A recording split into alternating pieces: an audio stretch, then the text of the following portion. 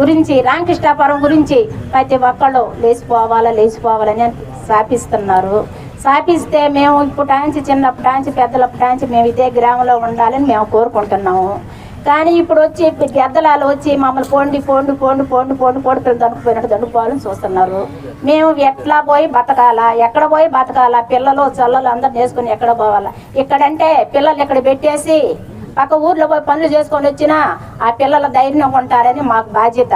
ఇప్పుడు పక్క ఊరికి పోతే మా పిల్లల్ని అక్కడ విడిచిపెట్టి పోతే ఎవరు భూచోడు తీసుకుపోతాడో ఎక్కడ తీసుకుపోతాడో మాకు తెలీదు. అలాంటి పరిస్థితి వచ్చింది.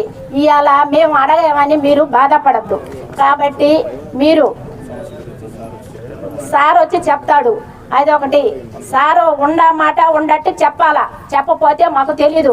కలెక్టర్ వస్తుంది, తేలగొట్టిపోతుంది, నీ ఇష్టం, నేను కాకపోయినా ఇంకొక ఆమె వస్తుంది, ఆమె ఏం చెప్పుద్దో మీరన్నీ కాలం మేలుకొని ఉండాలని చెప్పింది. కానీ చెప్పింది ఏం చెప్పిందంటే, ఆమె మీ ఆస్తిలో కాస్తున్నా కొద్ది మరింతున్నా మీరు మీ పెద్దల కాలం ఉంటుంది కాబట్టి మీరు మార్చుకొని అని చేసుకొని మీకు ఏడ అడుగుతారో అక్కడ స్థలం ఇస్తాం మేము. మీరు 5 సెంట్లు అడిగారు, 5 సెంట్లు ఇస్తాం, మీకు అన్ని సప్లై చేస్తామని చెప్పింది. ఎంతవరకు మాకు న్యాయం జరగదో మాకు తెలీదు. అది కూడా మా గుండెల్లో బాధగానే ఉంది. కాబట్టి ఇప్పుడు నేను మాట ఉండట్టని వేస్తా, ప్రతి ఒక్కరికి తెలుసు. కాబట్టి మా మనసులో ఏంటంటే రాత్రి మీటింగ్ పెట్టుకుందాం అనుకున్నాం. మా పక్క మునగల దెబ్బ పక్క మీటింగ్ పెట్టుకుందాం అనుకున్నాం. ఇంత లోపల వర్షం వచ్చింది. ఎందుకు వచ్చిందంటే మేము చెప్పుకోవాలనుకుంటున్నాము, ఏందమ్మా నువ్వు వెళ్ళాలా ఉండాలా పోదామా వద్దా? వీళ్ళు వచ్చే జల్లా మన్నే పొడిచి అడుగుతున్నారు, మడిచి అడుగుతున్నారు.